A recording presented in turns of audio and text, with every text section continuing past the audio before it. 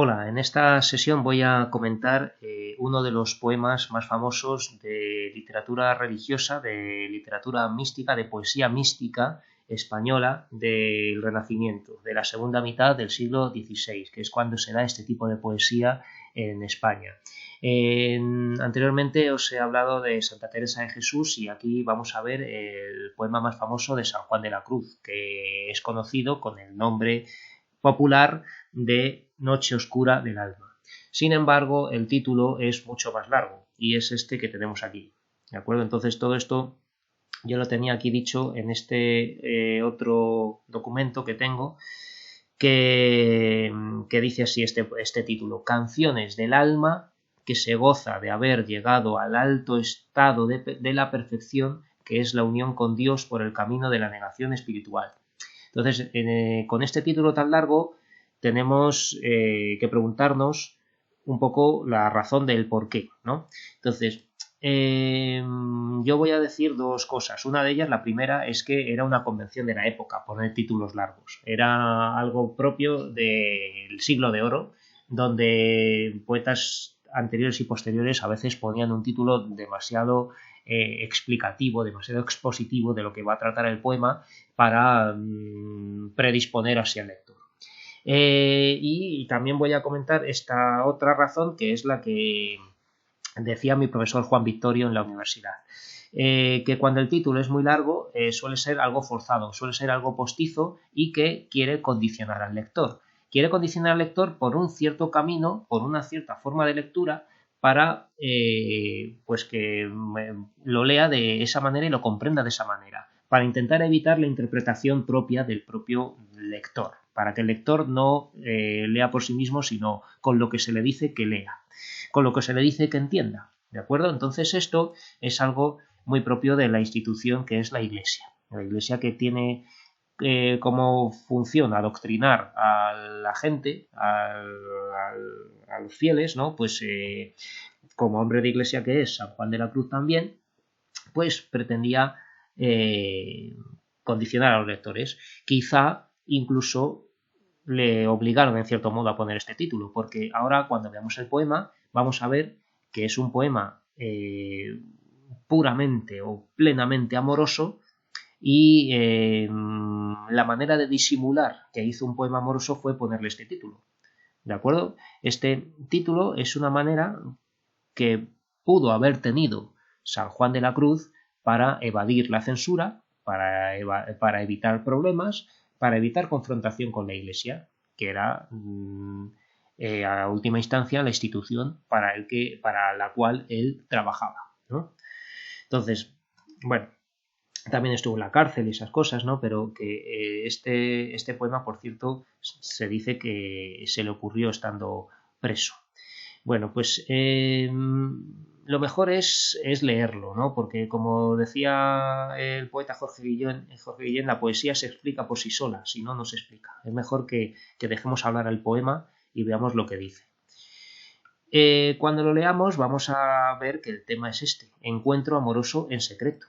Es un poema de amor donde se relata, se describe un encuentro amoroso.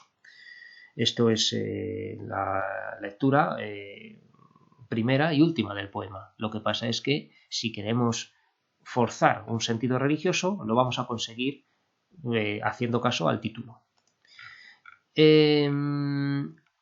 Voy a anticiparme un poco en la estructura,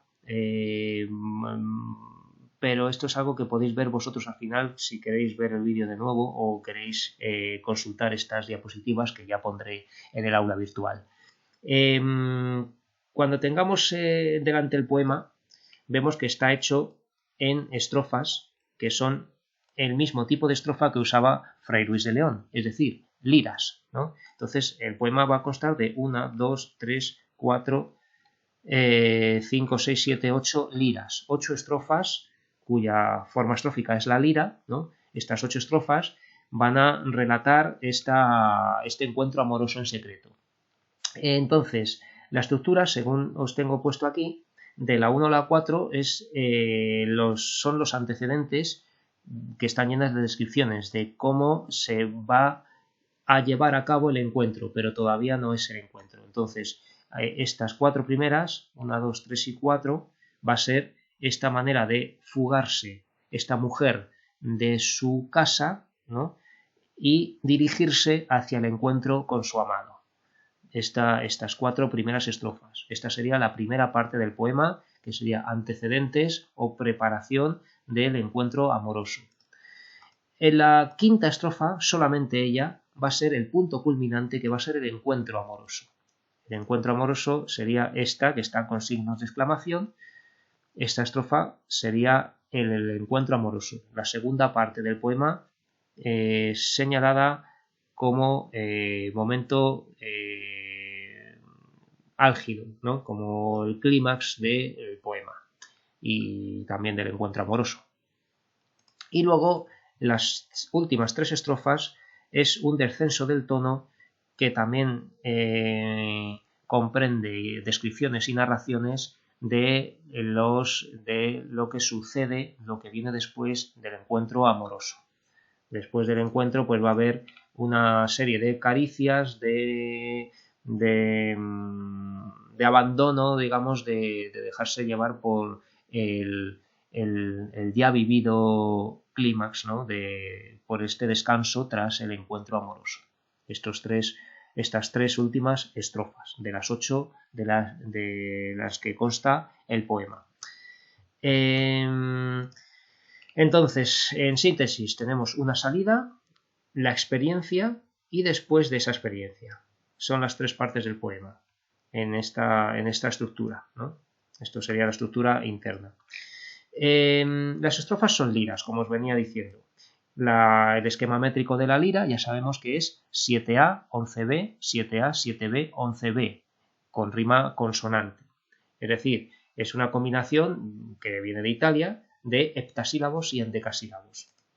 Muy importante que cuando tenemos combinaciones de versos de distintas medidas, los versos cortos concentran el mensaje, mientras que los largos sirven para explayarse. Los versos largos dan para dar una explicación, una reflexión, una descripción, mientras que los versos cortos concentran más el mensaje y son más intensos. Cuando se quiere decir algo más intenso, que quiere señalar más importancia, que quiere destacar, se usa un verso corto, en contraste con otros más largos. La lira requiere gran maestría del poeta. Es muy difícil, pero también es muy versátil porque admite narración, es decir, acción, contar algo, y también reflexión y descripción. Esta combinación de versos cortos y largos recoge lo mejor de la poesía de verso corto y la de verso largo. Es decir, cuando teníamos poemas de versos cortos como los romances, por ejemplo, se narraba, ¿no? Un romance, por lo general, es un poema narrativo. También hay líricos, ¿no? Pero ese verso corto que se encadena rápidamente con unos y otros, que da lugar a largas tiradas de versos, es bueno para narrar. Y el verso endecasílabo es algo que tiene su mejor expresión en el soneto, y el soneto es un poema que sirve muy bien para la reflexión. Entonces, esto viene muy bien porque lo mejor que tenemos del verso largo con los endecasílabos, que sirven para reflexionar, para explicar pensamientos o ideas, se realiza muy bien con el endecasílabo, con los versos de 11, y la narración donde vamos a ir encadenando acciones es buena para el verso corto. Entonces aquí tenemos la gran capacidad expresiva de la lira, ¿de acuerdo? Bueno, vamos leyendo la primera estrofa. En una noche oscura, con ansias, en amores inflamada, oh dichosa aventura, salí sin ser notada, estando ya mi casa sosegada. Dice así. Bueno, pues aquí lo tengo comentado, ¿no? Lo primero que tenemos es un hipérbaton. Vemos un hipérbaton porque quiere destacar que lo primero es el momento, en una noche oscura. ¿De acuerdo? Este hipérbaton quiere poner énfasis en que era de noche, oscura. Y además matiza que se sentía con ansias de amores. Entonces, ¿cómo ¿Cómo sería el verso en su orden, ¿no? Tendría que ser que salí sin ser notada, ¿no? O sea, el sujeto, yo, luego iría el verbo, salí sin ser notada, bla, bla, bla, en una noche oscura con ansias en amores inflamada. Pero ha querido decir primero en una noche oscura y además inflamada de amores, ¿no? Con ansias, en amores, inflamada en amores, ¿no? Aquí tenemos también que se ha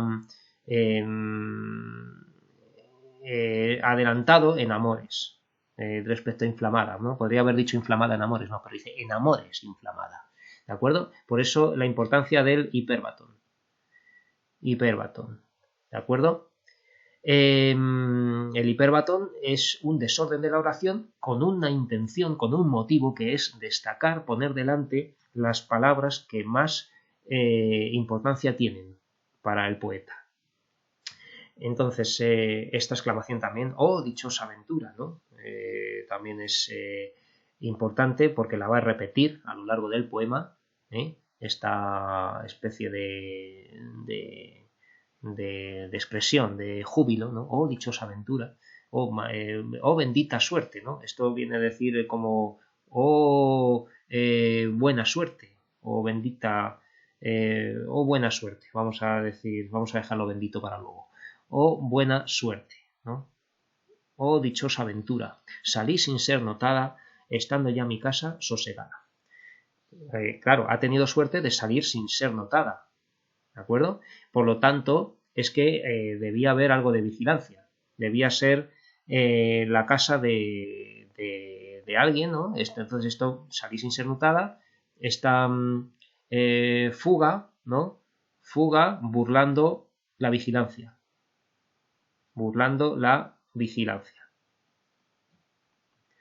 Entonces, ¿qué tenemos? Que es una casada que se escapa de casa, de su marido. Podría ser una monja que se escapa del monasterio por la noche para encontrarse con su amante, ¿no? Estando ya mi casa sosegada, cuando todos están durmiendo. Cuando todos están dormidos. ¿No? Estando ya mi casa, si queremos pensar que mi casa es la gente de mi casa. Esto, la gente, las personas de mi casa. Sí que estamos leyéndolo así, porque luego diré otra cosa. La gente de mi casa, esto sería una sinécdoque del todo por la parte, al revés de la parte por el todo. Una sinécdoque donde es las personas de la casa, ¿no? Estando ya la gente de mi casa sosegada. Pero aquí dice mi casa como lo que engloba a las personas que hay en su casa. ¿De acuerdo? Esto sería una especie de sinécdoque también. En amores inflamada, ¿no? Inflamada en amores, aquí tenemos una especie de metáfora adjetival, ¿no? Porque esto quiere decir en llamas, ardiendo de amores, en llamas, ardiendo de amores. Vamos a decir metáfora y ya está. Metáfora del ansia de amor que tenía. Bueno, tenemos por tanto también una antítesis, porque tenemos una oposición entre la oscuridad y estas llamas, ¿no? Porque inflamada contiene esa base luminosa y ardiente. Entonces, inflamada y noche, aquí vamos a ponerlo en otro color para que se vea mejor. Tenemos una antítesis, hay una antítesis entre la oscuridad e inflamada. Una de ellas es oscura y negra y la otra es luminosa, en llamas, ¿no? Antítesis entre una cosa y otra. Y el oxímoron de oscura y ventura, ¿no? Un oxímoron es una relación entre dos palabras donde la oposición entre ellas hace que destaque una de ellas. Oscura es negativo y ventura es positiva. Luego la noche va a ser algo positivo, ¿no? Lo que va a permitir esa dichosa aventura. Esto que hay entre en la rima, en la propia rima, entre oscura y ventura, vamos a usar otro color para intentar destacar que aquí, aunque esto sí que es un poquito rebuscado, lo digo porque esto fue algo que dijo mi profesor Juan Victorio, entre oscura y ventura es donde encontraríamos este oxímoron.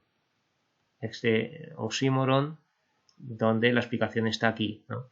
La aventura es algo positivo, la oscuridad es algo negativo, pero van a quedar relacionados para destacar precisamente la aventura, esta suerte, esta hazaña que va a cometer, ¿no?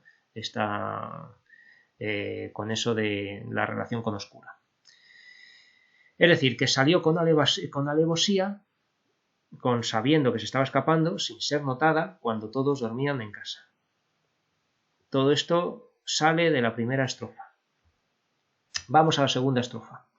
A oscuras y segura, por la secreta escala disfrazada, oh dichosa aventura, a oscuras y encelada, estando ya mi casa sosegada.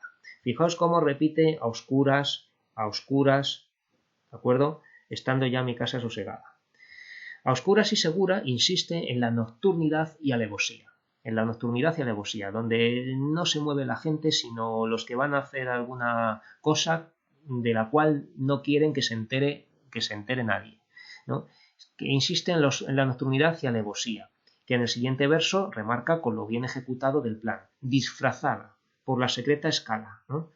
Lo bien ejecutado del plan está aquí, por la secreta escala disfrazada. O sea, sabe cómo escaparse, se ha vestido de otra manera y está saliendo por una escalera secreta que ya conoce, por la secreta escala disfrazada. Hay dos adjetivos separados aquí, uno a cada lado del nombre, es secreta y disfrazada. No dice disfrazada, no, o sea, que disfrazada así consigue que destaquen los dos. Es un artificio del poeta, ¿no? Como circunda un sustantivo con dos adjetivos. Y esta repetición de oh dichosa aventura, ¿vale? Aquí esto podríamos hablar de epímone. Epímone es esta repetición de un verso igual que ya se ha dicho antes para resaltarlo, ¿no? Epímone, ¿no? Oh dichosa aventura, ¿no?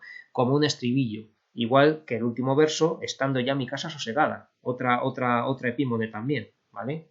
Oh dichosa aventura y estando ya mi casa sosegada son el mismo caso, una especie de estribillo, una epímone para decir que el momento era propicio. Haciendo esta repetición se insiste en la idea, ¿no? Hemos dicho que se repite el verso oh dichosa aventura, ¿no? Que ya lo había dicho aquí adelante, aquí, oh dichosa aventura, y estando ya mi casa sosegada, que queriendo insistir en que estaban todos durmiendo y que se estaba escapando con toda seguridad, ¿no? Se repite también en la segunda estrofa, estando ya mi casa sosegada. Muy importante señalar las repeticiones que encontremos en un poema porque son las ideas que quiere enfatizar, que quiere destacar. Entonces, insiste en eso, en que era el momento propicio. El verso oscura y encelada quiere decir con artificio, con disimulo, ¿no? En celada, pues celada es una palabra que significa varias cosas. Una de ellas es la celada de un yelmo de un caballero, ¿no? Que es lo que protege los ojos. Entonces, de manera es una especie de protección a oscuras y protegida, o a oscuras y guarnecida, ¿no? Con artificio, con disimulo, ¿vale? Encelada es como guarnecida, protegida, segura, ¿vale? Guarnecida, protegida, segura, ¿vale? Con artificio, con disimulo. Es una anáfora del primero de esta estrofa, a oscuras y segura, ¿no? Entonces tenemos la anáfora de a oscuras y segura, que vamos a tener dos veces de momento, a oscuras, ¿de acuerdo? La vemos aquí, tenemos a oscuras a oscuras y a oscuras, ¿no? De manera que además aquí tenemos una I, ¿no? Y aquí una adjetivación, una especie de complemento circunstancial de modo o más bien predicativo, ¿no? de cómo está ella. A oscuras y segura, por lo tanto aquí tenemos anáfora, pero también paralelismo, porque tenemos el mismo comienzo de verso y luego además una conjunción y luego una cualidad o estado del sujeto, que es ella, de cómo está realizando esa acción, segura y encelada. ¿De acuerdo? Pues esto sería la segunda. Vamos a la tercera estrofa. En la noche dichosa, en secreto, que nadie me veía, ni yo miraba cosa, sin otra luz y guía, sino la que en el corazón ardía. Dice esta estrofa, en la noche dichosa, feliz, ¿no? La noche feliz, agradable. En secreto, que nadie me veía, ni yo miraba cosa, sin otra luz y guía, sino la que en el corazón ardía. Vamos a ver lo que tengo aquí comentado. Sigue insistiendo en la noche que permite su dicha. La noche permite su dicha. Fijaos que va a ir al contrario del mundo, porque normalmente disfrutamos con la luz del sol, del día, ¿no? Pero aquí va a insistir en la noche porque es lo que va a permitir su dicha, su felicidad, su goce, porque puede hacer las cosas que quiere en secreto, sin que la vean, ¿de acuerdo? Porque puede hacer ella las cosas que quiere en secreto, sin que la vean. Entonces aquí vemos esta idea de libertad que no le permitirían otros si la vieran, ¿no?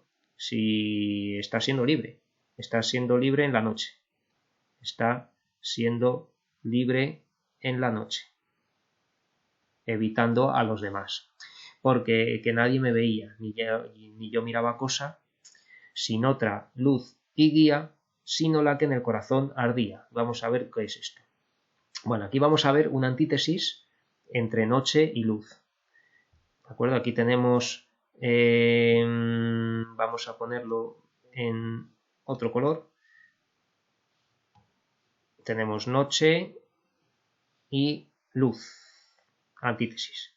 ¿De acuerdo? Aquí tenemos esta antítesis entre noche dichosa y luego la luz que va a tener en el corazón y que además ardía, ¿no?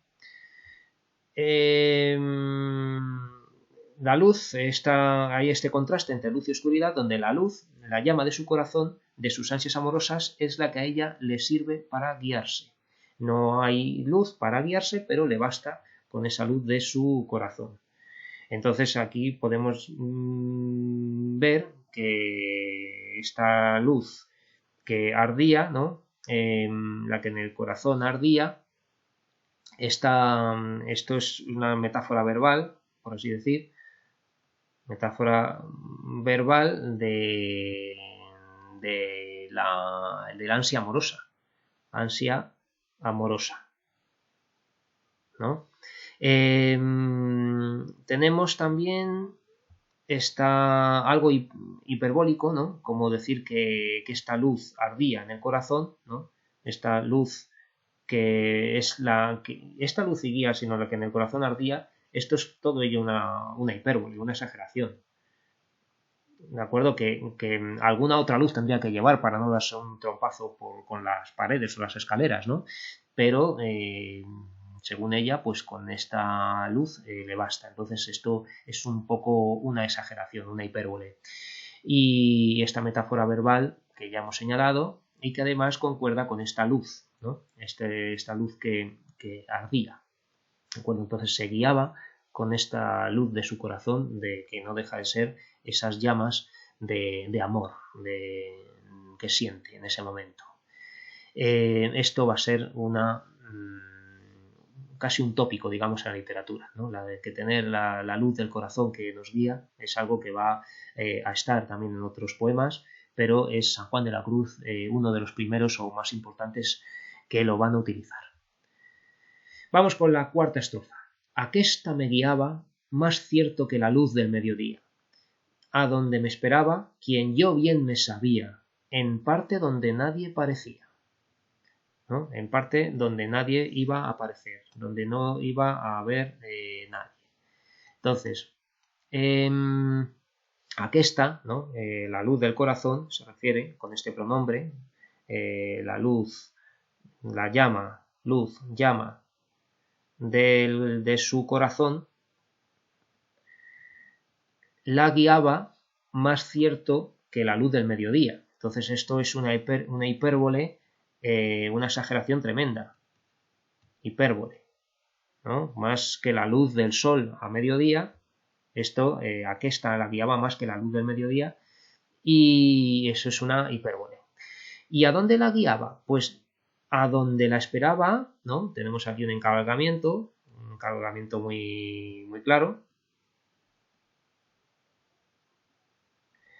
Quien yo bien me sabía, y esto es precioso, claro, quien yo bien me sabía, está ocultando información con picardía y alevosía. Quien yo bien me sabía, y no te lo voy a decir, uno que yo me sé y no lo voy a decir, quien yo bien me sabía, pero no lo voy a decir.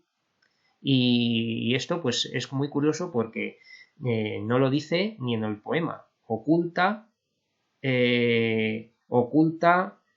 la identidad de su amante. La identidad de su amante, no lo quiere nombrar. ¿De acuerdo? Esto es muy importante comentarlo. No dice, claro, si estamos, luego hablaré de la lectura religiosa. Yo estoy ahora mismo viéndolo como literalmente, con lo que dice el poema, ¿no? Que es un encuentro amoroso. Pero si esto es Dios, ¿qué problema hay en decir Dios? ¿No? Santa Teresa bien que lo decía claramente en el poema de Muero porque no muero, de vivir, vivo sin vivir en mí, ¿no? Pues en ese poema decía, bueno, pues que se encontraba con Dios. Y aquí pues no lo dice. De manera que es que hay una fuerte tendencia en este poema a la lectura amorosa. Casi tanto que por eso hace falta un título postizo, como el que puso, de Canciones del alma que busca el camino de la perfección para encontrarse con... Entonces todo eso es interesante, ¿no? Porque es un poema que es casi más amoroso que religioso. En parte donde nadie parecía, donde nadie iba a aparecer. Ella además tenía ya buscado el sitio para encontrarse con su amante y donde no iba a venir nadie, porque sabía que no venía nadie. ¿De acuerdo? Sigue con esta transgresión. En donde nadie parecía, donde ya tenían comprobado que no miraba a nadie, que era un lugar seguro. Este lugar de encuentro de amantes es un lugar seguro. Por eso hay una omisión intencionada de información. Aquí se está ocultando más que diciendo en esta estrofa. Dice, donde me esperaba quien yo bien me sabía y donde en un sitio donde no iba a aparecer y que tampoco os voy a decir, ¿no? Vamos con la quinta estrofa. Oh noche que guiaste, oh noche amable más que la alborada, oh noche que juntaste amado con amada, amada en el amado transformada. ¿De acuerdo? Bueno, aquí normalmente en las ediciones la amada está en minúscula, ¿vale? Aquí estaba en mayúscula porque lo copié mal. Y dejan con mayúscula esto del amado porque lo ponen con mayúscula para disimular, para referirse a Dios. Utilizan la mayúscula para referirse a Dios. A Dios. Pero vamos, que si no estuviera con mayúscula tendría sentido igualmente, incluso más, ¿no? Entonces aquí está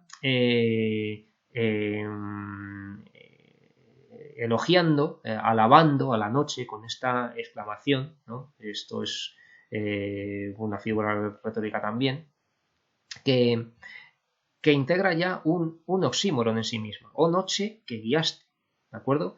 La noche no guía, oxímoron. Esto, oxímoron, o incluso podríamos hablar de paradoja. La noche no guía, la noche confunde, ¿no? Se dice, la noche me confunde, la noche no guía.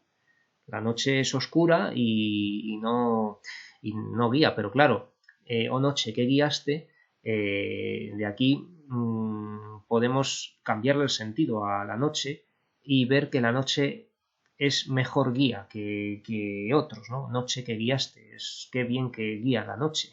De ahí está este sentido que el oxímoron, al oponer dos palabras complementadas, incrementa el sentido de una de ellas. Entonces, aquí lo que se incrementa es el sentido de guiar, la noche que guía, ¿no? No deja de ser más bien una paradoja, pero bueno, una paradoja que es algo que no tiene sentido, pero que lo tiene en el fondo. O noche, entonces aquí tenemos una serie de anáforas, ¿no? Una anáfora, o noche, anáfora, ¿de acuerdo? Tenemos aquí anáfora, y por si acaso aquí tenemos que guiaste, que juntaste, con lo cual entre estos dos, entre el primero y tercero, tenemos paralelismo. Un paralelismo sintáctico muy bueno. Y aquí tenemos una figura retórica preciosa que es este que se llama quiasmo. El quiasmo es dos términos cruzados, ¿no? Es un paralelismo donde se cruzan los términos. Y este es el quiasmo quizá más bonito de la literatura. Amado con amada y amada en el amado transformado, ¿no? Tenemos aquí estos dos versos que están en forma de quiasmo. Un quiasmo es esto, un paralelismo pero con términos cruzados. Amado, amada, amada, amado. ¿De acuerdo? Entonces, esto es pues magnífico, precioso. Tenemos una antítesis también, ¿no? Entre noche y alborada. Dice, oh noche amable más que la almohada, más que la alborada, ¿no? Tenemos aquí, por ejemplo, voy a usar este color, noche, ¿no? Y alborada. La alborada es el comienzo de la luz, la noche es la oscuridad. Entonces aquí tenemos otra antítesis, otros términos antitéticos, antítesis. Y aquí nos dice, ¿por qué más amable, no? Oh noche amable más que la alborada.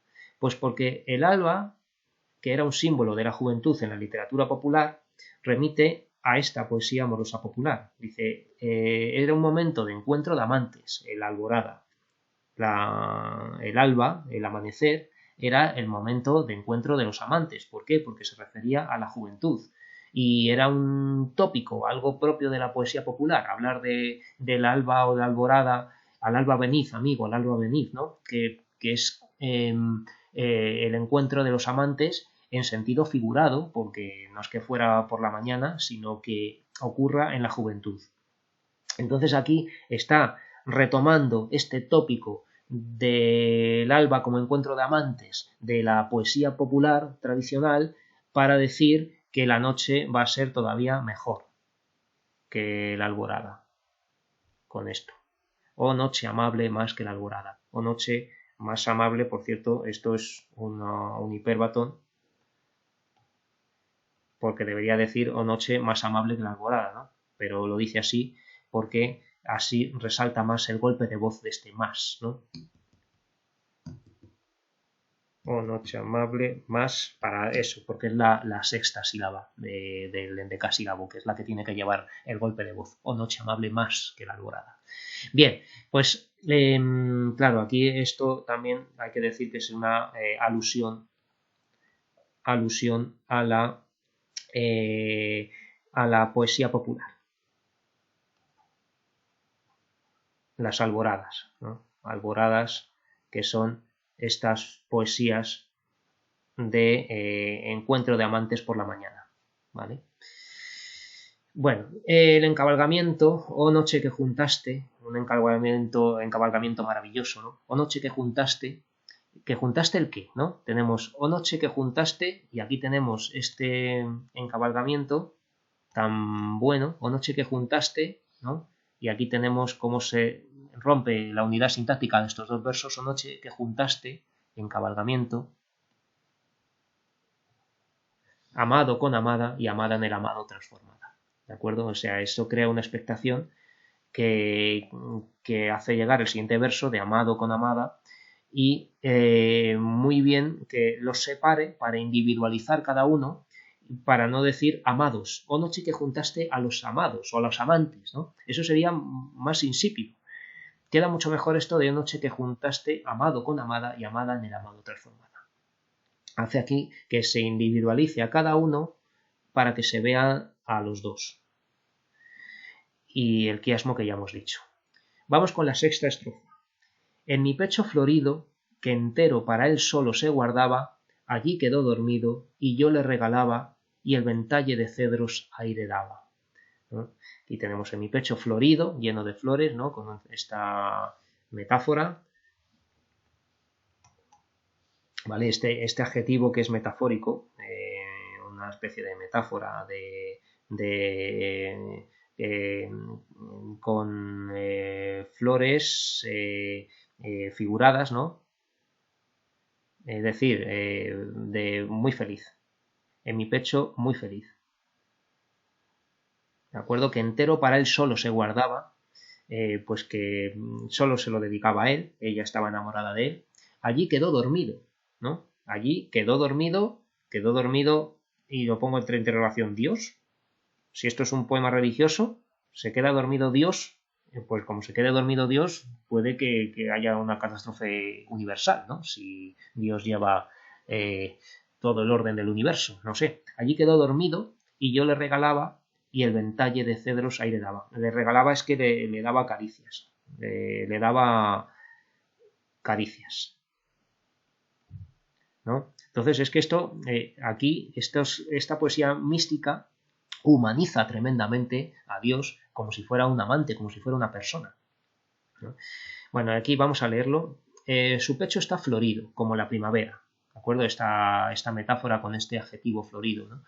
Rebosante de amor porque entero para él solo se guardaba, donde él quedó dormido y ella le regalaba, le daba caricias, iguales que las de el aire de los cedros.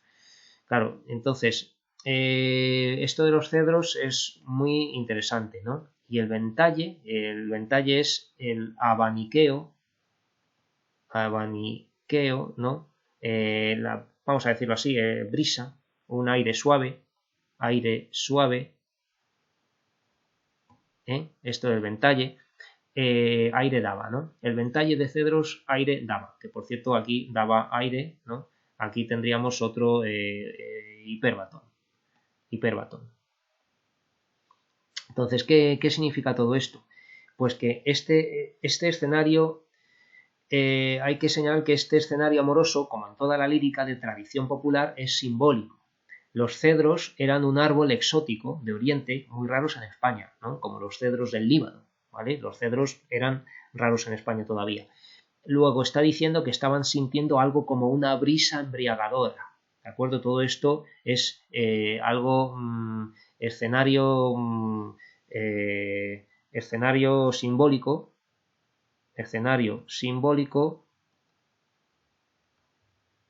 de placer amoroso. ¿De acuerdo? Que había como una brisa de cedros, según le daba caricias, ¿no? Entonces esto no tiene por qué ser literal.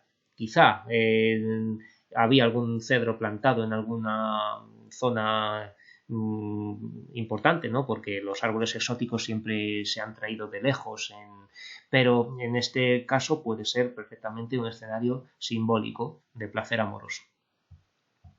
La séptima estrofa dice así: el aire de la almena, cuando yo sus cabellos esparcía con su mano serena, en mi cuello hería y todos mis sentidos suspendía, ¿no? Y aquí tenemos algo que nos llama la atención: el aire de la almena, esto de hería, ¿no? Que esto es una metáfora verbal de que daba pues unas caricias que eran tan placenteras que casi herían, ¿no? De tanto placer. Y todos mis sentidos suspendía, ¿no? Todos mis sentidos suspendía es un poco hiperbólico, una hipérbole. Entonces, el aire de la almena tiene este sentido. La almena es la parte más guerrera del castillo. No es que estén subidos en una almena, ni que una almena de aire, ¿no? Porque dice el aire de la almena, que tiene un ventilador, no. Ni que la almena de aire, sino que alude a lo guerrero del acto amoroso. El aire de la almena, ¿no? Está sintiendo algo que ha tenido que ver con un combate en sentido amoroso. Es decir, que aquí hay una grandísima alusión al erotismo, a que ha habido, bueno, algo más que caricias, ¿no? Además, la rima almena con serena, con este encabalgamiento también, el aire de la almena, con su mano serena, ¿no? Aquí está en mi cuello hería, ¿no? Este encabalgamiento hace crear expectación. Con su mano serena, ¿qué? En mi cuello hería, ¿verdad? Los encabalgamientos crean expectación sobre lo que va a venir. Con su mano serena en mi cuello hería. Hace una antítesis, porque almena se opone con serena, ¿no? Almena es algo guerrero y serena es algo tranquilo, ¿no? Entonces tenemos aquí una antítesis, ¿de acuerdo? Entonces, al igual que una caricia de su mano no hiere, salvo si es de amor. Esto es un oxímoron, ¿de acuerdo? En mi cuello hería su mano serena, en mi cuello hería. Todo esto es un oxímoron porque se resalta la caricia, ¿no? Con algo contrario que es herir, ¿no? Aquí estamos diciendo que estamos dando caricias, porque se supone por contexto, ¿no? Entonces, este herir resalta el sentido de la caricia, ¿de acuerdo? Aquí está invisible lo de caricia, pero está con su mano serena, digamos, las caricias de su mano en mi cuello hería. Aquí, claro, si también volvemos a pensar en lo religioso, que Dios le está acariciando el cuello a esta mujer, pues estamos viendo algo muy difícil de imaginar, ¿no? Pero bueno, es así, en la literatura, la poesía mística. Y todos mis sentidos suspendía, ¿no? Con esta hipérbole. Y aquí, bueno, con estos sentidos suspendidos indica su estado de abandono, ¿no? Que va a establecer magistralmente en la última estrofa, como vamos a ver ahora mismo. Aquí tenemos este esquema, ¿no? Donde el aire de la almena, que es algo guerrero, ¿no? Y el ventalle de los cedros, que es algo exótico, va a expresar este amor apasionado. Acto físico vigoroso, ¿no? Del aire de la almena, de un combate amoroso, con a la vez unido a la dulzura embriagadora que hay en el amor. O sea que este poema es perfectamente amoroso y es un poema perfectamente aplicable a todos los que hayan conocido un acto amoroso bien hecho, ¿no? Bueno, octava estrofa. Quedéme y olvidéme, el rostro recliné sobre el amado, cesó todo, y dejéme, dejando mi cuidado, entre las azucenas olvidado. Qué bonito esto de dejéme y dejando, que es un políptotón, donde se está usando la misma raíz y morfemas derivativos, ¿no? Políptotón, en este caso. Esto no es derivación, es políptotón. Quedéme y olvidéme, el rostro recliné sobre el amado, cesó todo y dejéme, dejando mi cuidado entre las azucenas, olvidado. Bueno, y vamos a leer los comentarios. Así se abandona en este estado de embriaguez amorosa, de consumación de sus ansias. Ha consumado sus ansias amorosas, se ha quedado a gusto, se ha quedado satisfecha, ¿no? Todo en pretérito indefinido, ¿no? Indicando la acción acabada. Quedé, me olvidé, ¿no? El rostro recliné sobre el amado, cesó todo y dejéme, ¿no? Dejando mi cuidado entre las azucenas olvidado. Bueno, repito, este pretérito indefinido, ¿no? Quedéme, olvidéme, dejé, cesó, ¿no? Todo aquello para indicar una acción terminada, una acción acabada. ¿De acuerdo? Entonces, tenemos los dos últimos versos, dejando su cuidado, su preocupación. Cuidado, ya sabemos que significa su preocupación, ¿de acuerdo? Olvidado entre las azucenas. Y recordemos que las azucenas es un símbolo, como los lirios y todas las flores blancas, que son símbolos de pureza, de castidad y de virginidad. ¿De acuerdo? Entonces, dejó olvidada su pureza, dejó olvidada su castidad, deja olvidada su preocupación por su pureza, es decir, que su castidad no le importa, se ha quedado completamente satisfecha en sentido amoroso. Entonces aquí vemos que este poema no tiene por qué ser religioso. La mayúscula de amado y el título son postizos. En ningún momento dice el poema que la protagonista sea el alma y el amado sea Dios. Lo único que vemos de Dios es la mayúscula, ¿no? De amado, ¿no? Cuando hemos visto amado con mayúscula aquí, ¿vale? Entonces, pero bueno, también destacamos el erotismo de la lírica tradicional es sometido a un cambio de significado por los intereses de la Iglesia para controlar la sociedad, según la interpretación de mi profesor, ¿no?